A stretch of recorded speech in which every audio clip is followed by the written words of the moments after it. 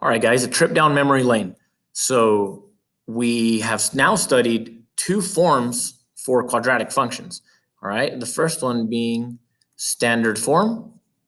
All right, standard form. And the second one we know as factored form.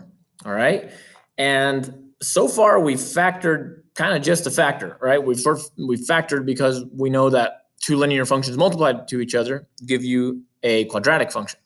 All right. What we haven't seen yet, though, is the benefit of factored form.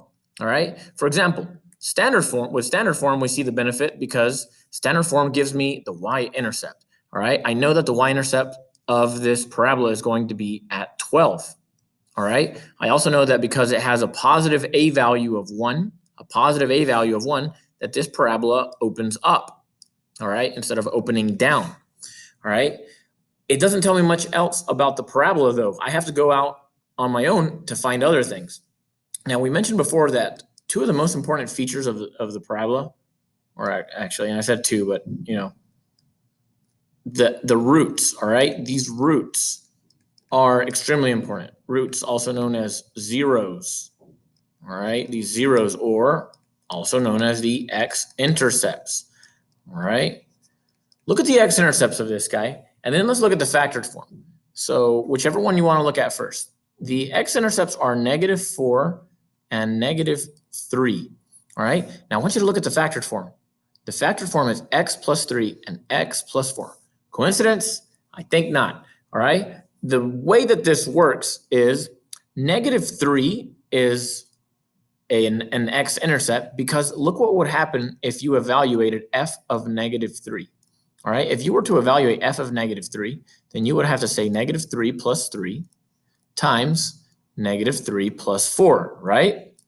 And what would happen? Well, -3 plus 3 would be 0, all right? And -3 plus 4, well, that's 1.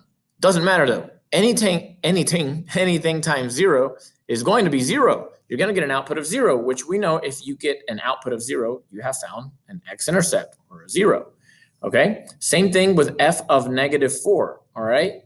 If I substitute -4 into this, well, -4 is going to make this factor equal to 0, which means it's going to make the whole expression equal to 0, all right? So factored form helps me find the zeros simply by thinking what numbers would go in here for x that would make that factor equal to 0. All right. So if a factor is x plus 3, then the 0 is -3. And if a factor is x plus 4, then the 0 is -4. So that is significant. That is pretty cool. All right. Let's look at it with a second example. All right. And by the way, this is factored correctly. Those are the same graph. All right. Here's another example. So I have x squared minus x minus 12. Take a look at its zeros. Its zeros are -3 and -4. Well, without even looking at this, right? I mean, if I have a 0 at -3 and a 0 at 4, I should understand that I will have a factor of x plus 3 and a factor of x minus 4. A lot of people remember it as, well, it's the opposite of whatever number you have. In reality, it's the additive inverse, all right? Because I need to have -3 plus 3 in order to get 0 and 4 minus 4 in order to get 0, all right?